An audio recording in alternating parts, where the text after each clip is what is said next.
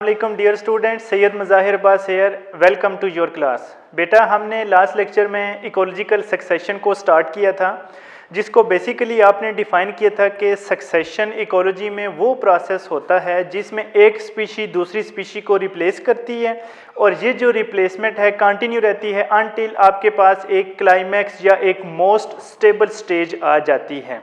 तो आज हम देखते हैं कि जो सक्सेशन है इसमें हमने, आपको पता है कि सक्सेशन में हमने दो चीज़ें डिस्कस की कि अगर ये कोई भी सक्सेशन है वो एक्वाटिक बॉडी में स्टार्ट हो, पानी में स्टार्ट हो, तो उसे कहते हैं हाइड्रर्क या हाइड्रेक सक्सेशन। लेकिन आज हम जो डिस्कस आपके कोर्स के लिहाज से करने लगे हैं वो है जिर्क आर्क सक्सेशन, जिसमें आप देखोगे कि आपकी जो लैंड इन्वायरमेंट होती है जिसमें हार्श कंडीशंस होती हैं और वहाँ पे लाइफ का ओरिजिन कैसे होगा, और डेफिनेटली हम फोकस करेंगे प्लांट सक्सेशन के ऊपर। तो आज का जो हमारा टाइटल है वो है जिर्क आर्क सक्सेशन या जिर आर्क सक्सेशन। ठीक है, इसको हम क्या कहते हैं कि हम इसको प्रॉपरली डिफाइन कर सकते हैं कि process of succession that started on xeric condition.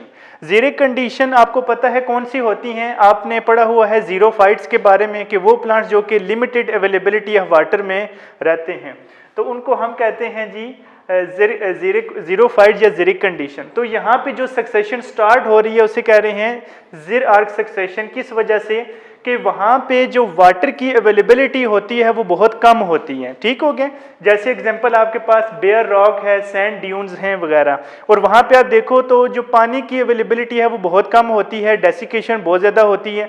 तो जो लाइफ का ओरिजिन है वो बहुत ही सिंपल ऑर्गेनिज्म से स्टार्ट होगा। उसकी वजह ये है कि जो सिंपल होंगे उनकी रिक्वायरमेंट ज़्यादा नहीं होगी, और उसके नतीजे में क्या होगा कि जैसे जैसे वो आगे आगे जाएंगे एक स्पीशी दूसरे को रिप्लेस करती जाएगी, तो उसके लिए जो इन्वायरमेंट होगा वो मोर फेवरेबल होता जाएगा।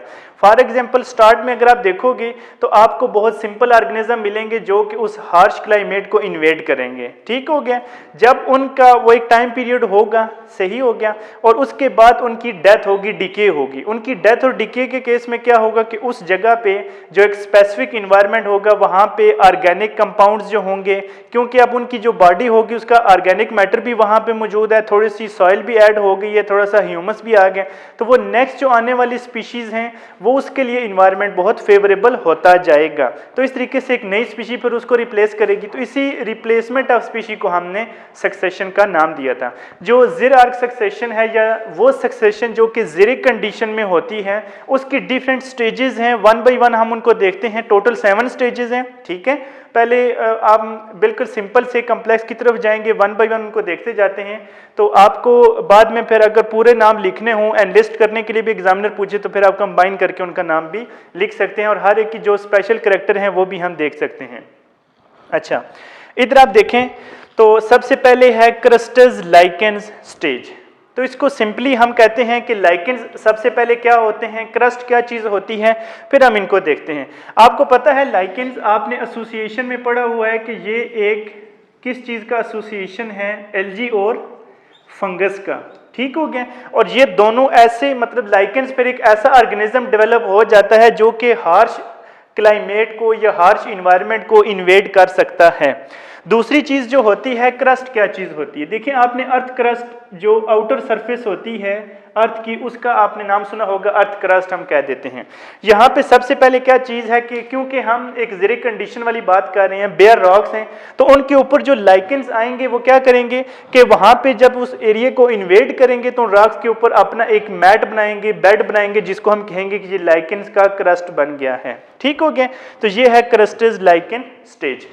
देखें जी, क्रस्टस लाइकेन स्टेज को हम क्या नाम देते हैं, पायनियर स्टेज।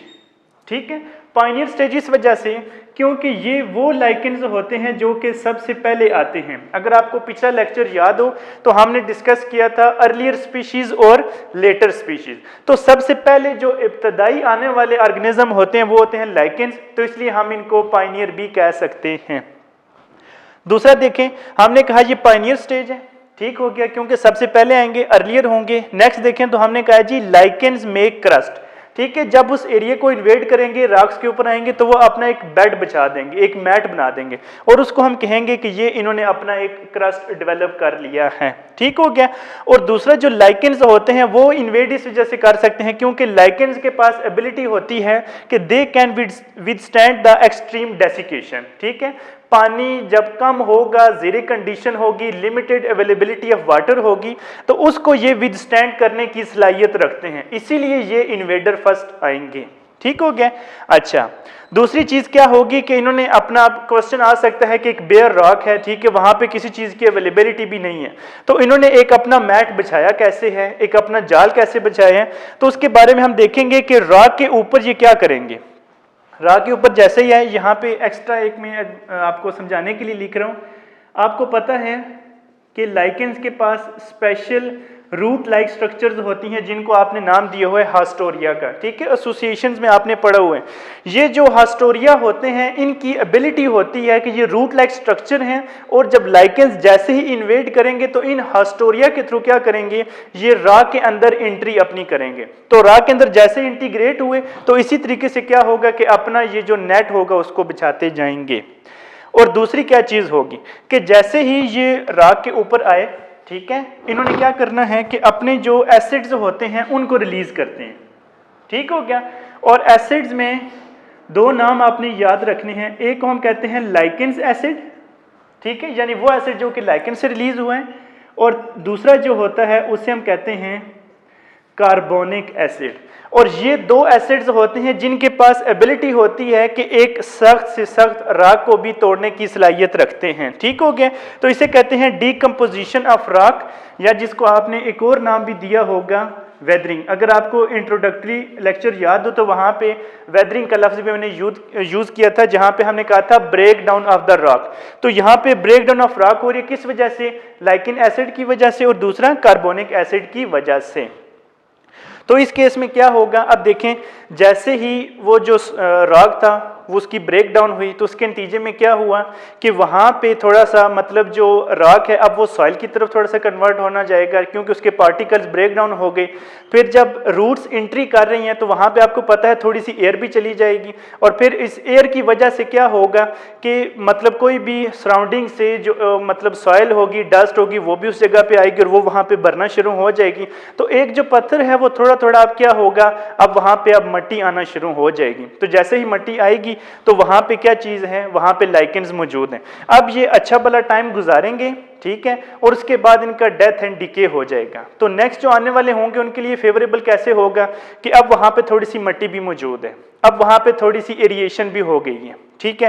तीसरी चीज ये है कि जैसे ही जो क्रस्टस लाइकेंस हैं, जब इनका डेथ एंड डिके होगा तो इनका ऑर्गेनिक मैटर भी वहीं पे मौजूद है। तो वो नए आने वाले जो ऑर्गेनिज्म होंगे वो उस सॉइल टेक्सचर को यूज कर लेंगे, उन रॉक्स को यूज कर लेंगे, उन सारी जो ऑर्गेनिक मैटर होगा उसको यूज करेंगे, तो उनके लिए जो कंडीशंस होगी वो फेवरेबल हो जाएगी। आपसे पूछा जा सकता है कि क्रस्टस लाइकेन स्टेज की एग्जाम्पल कौन सी हैं, तो आपको पता होना चाहिए लाइकेनोरा और रिनोडीना। ये दो स्पेसिफिक लाइकेंस हैं जो कि अपना क्रस्ट बनाएंगे और इनको पायनियर भी कहा जाएगा। तो ये एग्जांपल आपने बहुत अच्छे से याद रखनी है। ठीक हो गया। तो ये फर्स्ट स्टेज थी जिसको हमने कहा क्रस्टस लाइकेन स्टेज। नेक्स्ट जो आएगी वो है, उसे हम कहते हैं जी फोलियोज लाइकेन स्टेज। जो पंजाब की बुक है उसमें इन्होंने फोलिएज लाइकेन स्टेज भी लिखा हुआ है, तो आपने कंफ्यूज नहीं होना। फोलियोज या फोलिएज का मतलब क्या होता है, लीफ लाइक स्ट्रक्चर। ठीक है, कि पहले देखें तो वो बिल्कुल एक बेड सा फैला हुआ है। अब जो नेक्स्ट कंडीशन आने वाले जो नेक्स्ट लाइकेन्स होंगे उनकी थोड़ी जो अपीयरेंस होती है वो लीव लाइक होगी, क्योंकि अब देखें आहिस्ता आहिस्ता इसी तरीके से मतलब जड़ी बूटियां और ये सारी चीज़ें आना शुरू हो जाएंगी और अनटिल एक ट्री भी आना शुरू हो जाएंगे और इस तरीके से एक पूरा एक फॉरेस्ट की डेवलपमेंट भी हो जाएगी। तो देखें फोलिएज लाइकेन स्टेज, सबसे पहले जब ये लीफ लाइक लाइकेन्स आएंगे तो इन्होंने क्या किया कि जो पायनियर जितने भी लाइकेंस थे उनकी जो भी मेहनत थी उसको उन्होंने यूज़ किया। फेवरेबल कंडीशंस होंगी, उनका ऑर्गेनिक मैटर था, कुछ ह्यूमस भी था, कुछ सॉइल भी थी। ठीक है, तो इनके लिए जो कंडीशंस थी वो फेवरेबल होगी, इन्होंने इसको इन्वेड कर लिया। और फिर यहाँ पे क्या होगा कि जैसे जैसे जो लाइकेंस हैं वो उस एक स्पेसिफिक रॉक के अंदर इंटीग्रेट होते जा रहे हैं, उसके नतीजे में उसकी वेदरिंग भी हो रही है, उसके नतीजे में उसकी ब्रेक डाउन भी हो रही है, वहाँ पे सॉइल मजीद ऐड होती जा रही है। तो उसके नतीजे में क्या होगा कि एक सॉइल की थिन लेयर यहाँ पे डेवलप हो जाएगी, मट्टी की एक लेयर डेवलप होना शुरू हो जाएगी। जब मट्टी वहाँ पे आ गई तो अब वहाँ पे क्या होगा कि जो लाइकेंस होते हैं अब वो वाले लाइकेंस आ जाएंगे जिनके ऊपर एक यानी बिल्कुल मैट से हट के अब थोड़ी सी लीफ लाइक अपीयरेंस आपको छोटी छोटी नजर आना शुरू हो जाएगी। अब आपसे पूछा जा सकता है कि फोलियस लाइकेन स्टेज की एग्जांपल्स कौन सी हैं, तो उसमें आपने नाम याद रखना है परमीलिया, इसको कहते हैं परमीलिया, और ये है डर्मेटोकार्पन, ठीक है, या इसको हम कहते हैं परमीलिया और इसे कहते हैं डर्मेटोकार्पन। और ये वो दोनों एग्जांपल्स हैं जिनको हम कहते हैं फोलियस लाइकेन स्टेज। तो ये सेकंड स्टेज थी जिसको हमने डिस्कस कर लिया। अब जब ये फोलियस लाइकेन स्टेज अपना टाइम पीरियड पूरा करेंगे, ठीक है, फिर इनका डेथ एंड डिके होगा, तो जो नेक्स्ट स्टेज आने वाली होगी वो उसके लिए अपनी जो एनवायरनमेंट होगा वो फिजिबल कर देंगे। तो जो थर्ड स्टेज आ जाती है वो है मोस स्टेज। सबसे पहले हम डिस्कस कर लेते हैं हल्का सा कि मोसेस क्या होते हैं या मोस स्टेज क्या है। बेटा अगर आपको फर्स्ट ईयर का चैप्टर याद हो, चैप्टर 8, जिसमें आपने डाइवर्सिटी अमंग प्लांट्स पढ़ा था, और उसमें सबसे पहले आपने ब्रायोफाइट से ही स्टार्ट किया था जिनको आपने एम्फीबियंस ऑफ द प्लांट कहा था, ठीक है। उसकी वजह क्या थी, आपने कहा था कि ये एम्फीबियंस की तरह हैं कि ये लैंड पे भी आते हैं लेकिन पानी के बगैर इनका गुजारा भी नहीं है, ठीक है, तो एम्फीबियंस ऑफ द प्लांट। तो उसमें आपने इसकी एग्जांपल मोसेस पढ़ी थी, ठीक है। तो ये मोस स्टेज अब क्या होगी कि वहाँ पे लाइकेन से अब यहाँ पे प्लांट्स की डाइवर्सिटी स्टार्ट हो गई है। और सबसे पहले जो मोसेस आएंगे ब्रायोफाइट्स, ये सारे एवेस्कुलर प्लांट्स आएंगे और बिल्कुल सिंपल प्लांट्स आएंगे, ठीक है, जिनमें आपको पता है वेस्कुलर बंडल जाइलम फ्लोएम भी मौजूद नहीं है, ठीक है, और बहुत सिंपल प्रोसेस से अपनी डेवलपमेंट भी कर सकते हैं।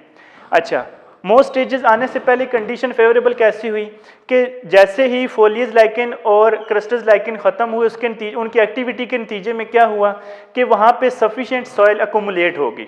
जैसे जैसे मिट्टी ज़्यादा होती जा रही है तो अब प्लांट्स की डाइवर्सिटी स्टार्ट हो गई है, ठीक है। तो सबसे पहले ब्रायोफाइट्स ने इन्वेड किया और ब्रायोफाइट्स में स्पेसिफिकली मोसेस ने इसको इन्वेड कर लिया। अच्छा, और यहाँ पे क्या होगा, क्योंकि अब वहाँ पे जो ह्यूमस कंटेंट है वो बहुत कम है, वाटर बहुत कम है, तो आपको पता है एम्फीबियंस ऑफ द प्लांट है। लेकिन मोसेस में भी क्या होगा कि जो मीजोफिटिक होते हैं या मतलब हाइड्रोफिटिक भी होते हैं, वो मतलब मैक्सिमम अवेलेबिलिटी ऑफ वाटर में रहने वाले ज़रूर हैं, लेकिन यहाँ पे जो मोसेस इन्वेड करेंगे वो होते हैं जीरोफिटिक मोसेस, ठीक है, और वो उस एरिया में अपीयर होना शुरू हो जाएंगे। और फिर आपको जहन में आ सकता है कि अगर इसकी एग्जाम्पल कौन सी हो सकती है, तो जो उसमें एग्जांपल है वो है पॉलीट्राइकम और टर्ट्यूला, ठीक है। ये आपने अच्छे से याद करनी है, हर एक स्टेज के लिहाज से आपको पता होना चाहिए, एग्जामिनर आपको एमसीक्यूज में कंफ्यूज भी कर सकते हैं। तो ये है पॉलीट्राइकम और टर्ट्यूला, और ये कौन से मोसेस हैं, जीरोफिटिक मोसेस हैं, ठीक है, जो कि थर्ड पे किसको रिप्लेस कर रहे हैं, वो रिप्लेस कर रहे हैं फोलियस लाइकेन्स को, ठीक हो गया। अब देखिए अगर आप अभी से ही देख लें कि सबसे पहले क्रस्टस लाइकेन आया, फिर फोलियस लाइकेन आया, अब मोसेस आ गए, तो देखें एक स्पीशीज सबसे पहले मौजूद है, उसके बाद फिर दूसरी स्पीशी आ रही है, फिर उसके बाद तीसरी स्पीशी भी आ रही है। तो इसी को हम कह रहे हैं रिप्लेसमेंट ऑफ द स्पीशी, और उसको आपने सक्सेशन का नाम दिया था, ठीक है।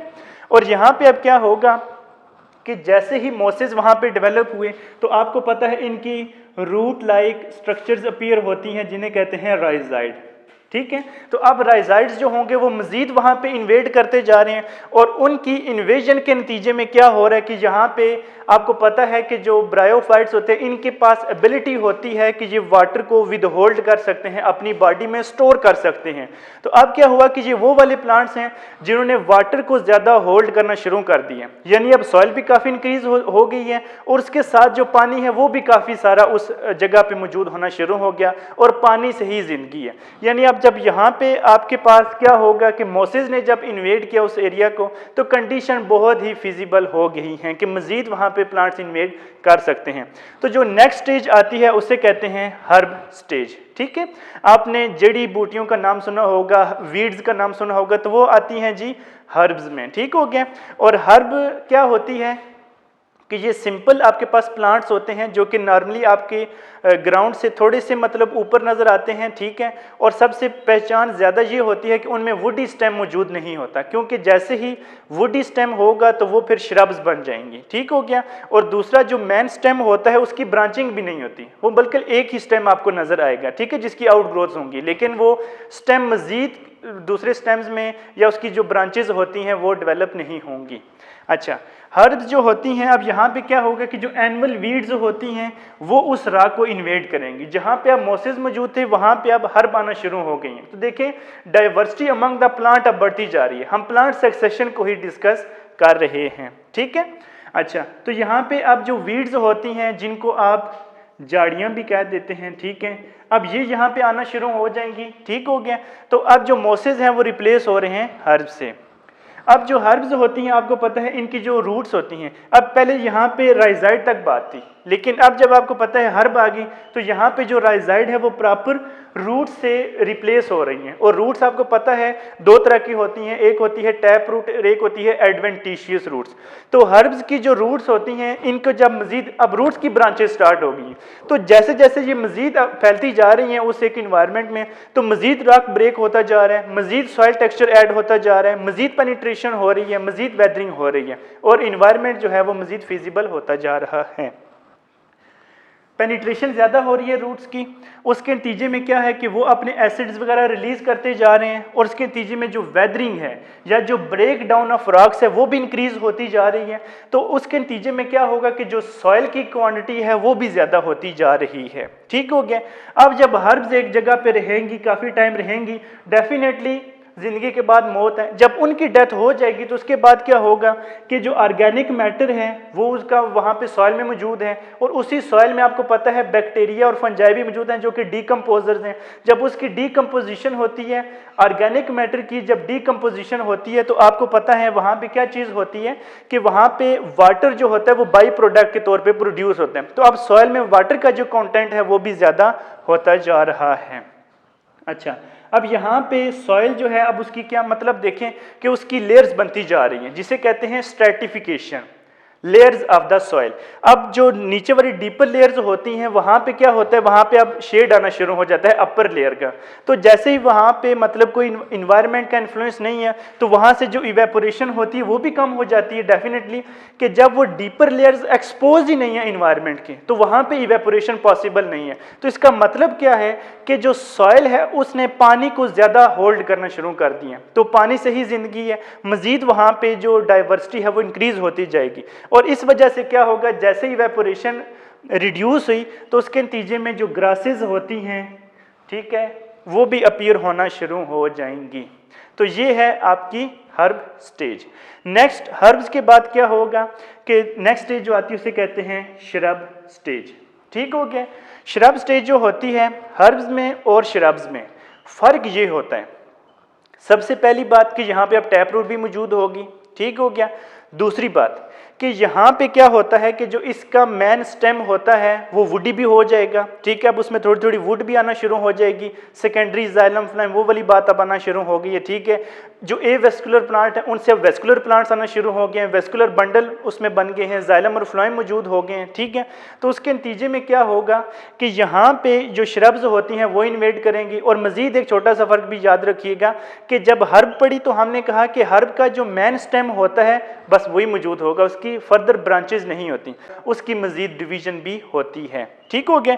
तो अब क्या होगा, श्रब्स करेंगी उस एरिया को इन्वेड। तो इनकी इन्वेजन के नतीजे में क्या होगा, श्रब्स जैसे ही आए तो यहाँ पे जो स्मॉल इंसेक्ट्स होते हैं और एनिमल्स होते हैं फ्रॉम द सराउंडिंग वो भी उस एरिया के ऊपर आना शुरू हो जाएंगे। क्योंकि आपको पता है जो प्लांट्स होते हैं वो प्रोड्यूसर्स हैं, प्रोड्यूसर्स जो होते हैं अपनी फूड को प्रिपेयर करते हैं और बाकी जो कंज्यूमर होते हैं वो उनके ऊपर कंज्यूम कर रहे होते हैं, ठीक हो गया।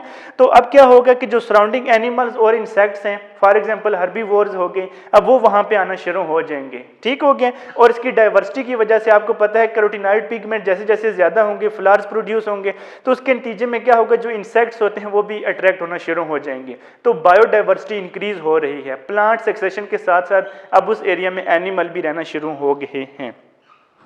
अर्ली इन्वेजन जो होती है श्रब की वो स्लो होती है, क्योंकि अब वहाँ पे देखें ना, मतलब इनकी जो रिक्वायरमेंट जैसे जैसे प्लांट्स की डाइवर्सिटी इंक्रीज होती जा रही है, हायर प्लांट्स आते जा रहे हैं, उनकी बॉडी की ऑर्गेनाइजेशन भी बढ़ती जा रही है, तो उसके नतीजे में क्या होगा, अर्ली जो इन्वेजन है वो स्लो होगी। लेकिन जैसे जैसे क्या होगा कि अब आपको पता है श्रब्स जो होती हैं वो सीड भी प्रोड्यूस करेंगी, उन सीड्स के ऊपर क्या होगा कि जो बर्ड्स होते हैं वो भी माइग्रेट करेंगे, ठीक है, नट्स, जैसे कवा हो गया तो वो नट्स वगैरह वो भी खा लेता है, सीड वगैरह भी खाते हैं, तो उसके नतीजे में क्या होगा कि सीड एक जगह से दूसरी जगह पे जाना भी शुरू हो जाएंगे, सीड डिस्पर्सल होना शुरू हो जाएगी, और अल्टीमेटली जो प्लांट की ग्रोथ होती है वो इंक्रीज हो रही है। तो इसे हम कहते हैं जी श्रब स्टेज। अब जो श्रब स्टेज एक एरिया में रहेगी और वहाँ पे मौजूद क्या होगा, इन्वायरमेंट मजीद फिजिबल हो गया है, तो यहाँ पे अब क्या होगा, ट्री स्टेज आ जाएगी। ट्री को नॉर्मली आप क्या कहते हैं जी, दरख्त। पहले पौधे थे, अब यहाँ पे दरख्त भी आना शुरू हो गए, ठीक है, और अब प्रॉपरली वो वाले ट्रीज आए हैं जिन डेफिनेटली जब हम दरख्त कहेंगे तो उसमें वुड आना शुरू हो गई है, बार्क आना शुरू हो जाएगी, ठीक है। तो अब जो क्या होंगे, ट्रीज जो होते हैं वो अपनी कॉलोनी बनाना शुरू हो जाएंगे, मतलब बहुत ज़्यादा ट्री वहाँ पे आना शुरू हो जाएंगे, और फिर क्या होगा कि ये जो ट्री की सैपलिंग है, इनका जो नंबर है, अमाउंट है, ठीक है, वो इंक्रीज होती जा रही है, वो अपना नंबर इंक्रीज करते जा रहे हैं, उनकी ग्रोथ एंड रिप्रोडक्शन होती जा रही है।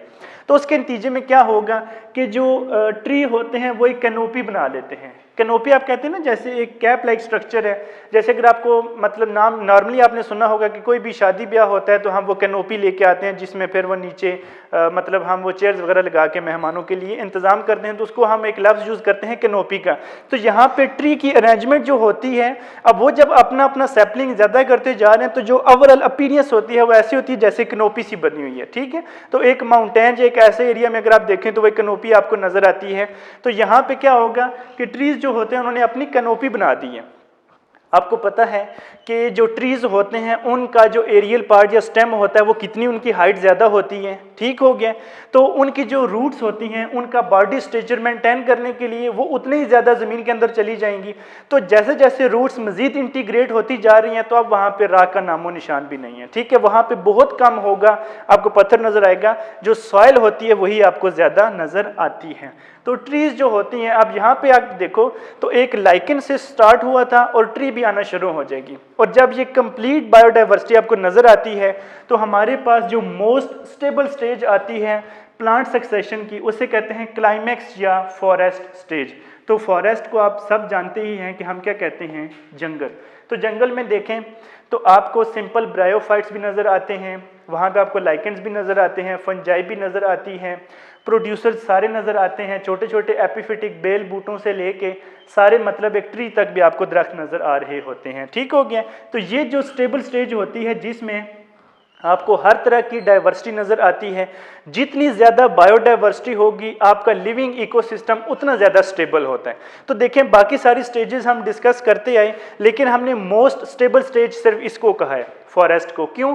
क्योंकि यहाँ पे जितनी बायोडाइवर्सिटी इंक्रीज होती जा रही है, एसोसिएशन उतनी ज़्यादा होती जा रही है, जितनी ज़्यादा एसोसिएशन होती जा रही है उतनी ज़्यादा आपको जो लिविंग सिस्टम है वो मतलब स्टेबल होता जा रहा है। तो इसको हम कहते हैं क्लाइमैक्स या फॉरेस्ट स्टेज। देखें रूट की इंटीग्रेशन ज़्यादा होती जा रही थी, वेदरिंग भी इंक्रीज होती जा रही है, ठीक है, सॉइल टेक्सचर जो है वो इन्हांस हो गए। यहाँ पे आपको एक लफ्ज़ अगर आप यूज़ करना चाहें, जैसे क्ले हो गई, सैंड हो गया, ग्रेवल हो गया, ठीक है, मतलब जो कंकरियाँ होती हैं, पत्थर होते हैं, वो सारी चीज़ें आपको वहाँ पे क्ले मतलब मट्टी, चिकनी मट्टी, ये रेत वाली मट्टी, ये सारी चीज़ें आपको वहाँ पे नज़र आना शुरू हो जाती हैं। तो अब क्योंकि अब एक सॉइल भी मौजूद है, वहाँ पे रॉक भी मौजूद है, वहाँ पे लाइकेंस भी मौजूद हो सकते हैं, वहाँ से फिर देखें सॉइल टेक्सचर इतना इंक्रीज हो गया, तो हर एक प्लांट की जितनी जितनी रिक्वायरमेंट होगी वहाँ पे उसी मुताबिक वो भी आना शुरू हो सकता है। तो उसके नतीजे में क्या होगा, स्मॉलर से larger plants, trees, shrubs, herbs सारी आपको नज़र आती हैं, और उसके नतीजे में क्या होता है, वहाँ पे एनिमल्स भी आना शुरू हो जाते हैं, इंसेक्ट्स आना शुरू हो जाते हैं, वर्म्स आपको नज़र आना शुरू हो जाते हैं। तो जो बायोडाइवर्सिटी है वो इंक्रीज हो गई है, ठीक हो गया। फिर आप देखें तो एक जो इम्पॉर्टेंट चीज़ है कि क्लाइमैक्स स्टेज है, उसकी स्टेबिलिटी की एक और बात भी क्या है कि यहाँ पे जो जीरोफिटिक कंडीशन थी, जहाँ पे लिमिटेड अवेलेबिलिटी ऑफ वाटर थी, वहाँ पे अब कंडीशन मीजोफिटिक हो गई है। यानी यहाँ पे अब क्या हो गया कि यहाँ पे जो मॉडरेट अवेलेबिलिटी है पानी की वो हो गई है। उसकी वजह देखें, जैसे हम कहते हैं जी कि जितने ज़्यादा प्लांट्स होंगे, जितने ज़्यादा ट्रीज़ होंगे, ट्रांसपिरेशन उतनी ज़्यादा होगी आपका क्योंकि जो ट्रीज़ होते हैं इनको नेचुरल बफर भी कहा जाता है कि क्योंकि ये एक स्पेसिफिक जो इकोसिस्टम है या जो इन्वायरमेंट होता है उसका जितना भी टेम्परेचर होता है उसको ये स्टेबलाइज करने की सलाहियत रखते हैं। बारिशें बनने का सबब होती हैं, जितने ज़्यादा मतलब हिली एरियाज़ देखें जहाँ पे ट्रीज़ प्लांट्स ऐसे आपको ज़्यादा नज़र आते हैं, वहाँ पे बारिशें भी ज़्यादा होती हैं। तो ये कंडीशन होती जा रही है कि ज़ीरोफिटिक से मीज़ोफिटिक कंडीशन आ गई है और उसके नतीजे में आपके बायोम्स डेवलप हो रहे हैं। बायोम आपने नाम सुना होगा, जैसे आप savanna, tundra, tropical, temperate rain forest, grassland, ये सारी चीज़ें आप देखते हैं तो यहाँ पे बायोम्स डेवलप होना शुरू हो जाते हैं। बायोम्स क्या चीज़ होती है? A large regional community primarily determined by climate, कि एक क्लाइमेट की वजह से जो आपको एक बायोडाइवर्सिटी नज़र आती है या जो एक क्लाइमेट की वजह से एक लिविंग एक इन्वायरमेंट आपको नज़र आएगा उसे कहते हैं बायोम। फॉर एग्जांपल जैसे टेम्परेट है, ट्रॉपिकल है, मतलब कम बारिशें हो रही हैं, ट्रॉपिकल ज़्यादा हो रही है, टेम्परेट, ये चीज़ें आप सारी मतलब आप बायोम्स में डिस्कस करते हैं। जैसे पोलर आइस कैप्स वहाँ पे बर्फ़ ज़्यादा होती है, तो ये सारे बायोम्स भी किस वजह से होते हैं? इस फॉरेस्ट की वजह से ही वहाँ का जो क्लाइमेट है वो आना शुरू हो जाता है। तो मोस्ट स्टेबल स्टेज है, इसमें एसोसिएशन भी बहुत ज़्यादा होती हैं। तो इस तरह से हमने सारी स्टेजेस जो हैं उनको देख लिया कि किस तरह से। अच्छा बेटा, यहाँ पे एक स्केच है, हम इस सक्सेशन को किस तरीके से रिप्रेजेंट कर सकते हैं। सबसे पहले आपने ये स्केच देख के घबराना भी नहीं है, डरना भी नहीं है और शर्माना भी नहीं है, ठीक है। एक देखें, सबसे पहले एक मतलब ये आपको एक अर्थ सरफेस नज़र आ रही है ग्रीन में, ठीक है। इधर देखें तो आपको एक बेयर रॉक्स नज़र आ रहे हैं, ठीक है, जिनके ऊपर अभी कोई लाइफ स्टार्ट नहीं हुई। सबसे पहले देखें तो ये क्रस्टस लाइकेंस आए, ये रेड में आपको नज़र आया होगा कि यहाँ पे इन्होंने क्या किया है कि इस एरिया को इन्वेड कर लिया, इन रॉक्स को इन्वेड किया हुआ है। ये छोटी छोटी जो इनके रूट लाइक स्ट्रक्चर हास्टोरिया हैं ये इस रॉक के अंदर इंटीग्रेट होना शुरू हो गई हैं, ठीक है। और ये आपको रेड में एक इसका मैट नज़र आ रहा है, तो यानी एक इन्होंने रॉक के ऊपर अपना क्रस्ट बना लिया है, तो इसे कहते हैं क्रस्टस लाइकेन स्टेज। नेक्स्ट देखें तो यहाँ पे जो अपीयरेंस है, यहाँ पे सबसे पहले ब्लू में देखें तो इधर मैंने आपको रिप्रेजेंट करने की कोशिश की है कि जो रॉक हैं इनके एसिड्स के केसेस में क्या होगा कि अब यहाँ से ये ब्रेक होना शुरू हो गए, इनकी ब्रेक डाउन हो रही है। और यहाँ पे क्या हो रहा है कि यहाँ पे जो साथ में थोड़ा सा देखें तो आपको लीफी अपीयरेंस भी नज़र आ रही है, तो लीफ लाइक लाइकेंस आपको नज़र आ रहे हैं, जिसको आपने फोलिएज लाइकेन या फोलिएज लाइकेन भी कहा हुआ है, ठीक है। नेक्स्ट देखें तो यहाँ पे थोड़े से एरियल पार्ट्स आपको ज़्यादा नज़र आ रहे हैं, एक ग्रीन बेड आपको ज़्यादा नज़र आएगा जिसे कहते हैं मोस स्टेज। यानी देखें यहाँ पे क्रस्टस लाइकेंस थे, उसके बाद फोलियज लाइकेन आए, रिप्लेस होते जा रहे हैं मोसेस से। मोसेस के बाद फिर देखें तो ऐसे आपको झाड़ियाँ सी नज़र आना शुरू हो जाएंगी जिन्हें कहते हैं हर्ब। उसके बाद फिर देखें तो श्रब्स जिसकी जो मेन ब्रांचेज आपको डिवाइड होती भी नज़र आ रही हैं। उसके बाद देखें तो यहाँ पे आपको एक रिप्रेजेंटेटिव सा ट्री नज़र आ रहा है, स्मॉल छोटी छोटी ग्रासेस नज़र आ रही हैं और आपको कोनिफर्स नज़र आना शुरू हो रहे हैं और भी ट्रीज़ नज़र आ रहे हैं, तो ये एक कैनोपी सी आपको नज़र आ रही है, ठीक है। तो ये मतलब हमने सारी स्टेजेस रिप्रेजेंट कर ली हैं। यहाँ पे कोई हमने ऐसी छोटी सी दुम वाला कोई एनिमल शो करने की कोशिश की है कि क्योंकि एक जंगल है तो वहाँ पे क्या होगा कि मतलब एनिमल्स भी होंगे, इंसेक्ट्स वगैरह भी होंगे, सारी चीज़ें आपको नज़र आना शुरू हो जाएंगी।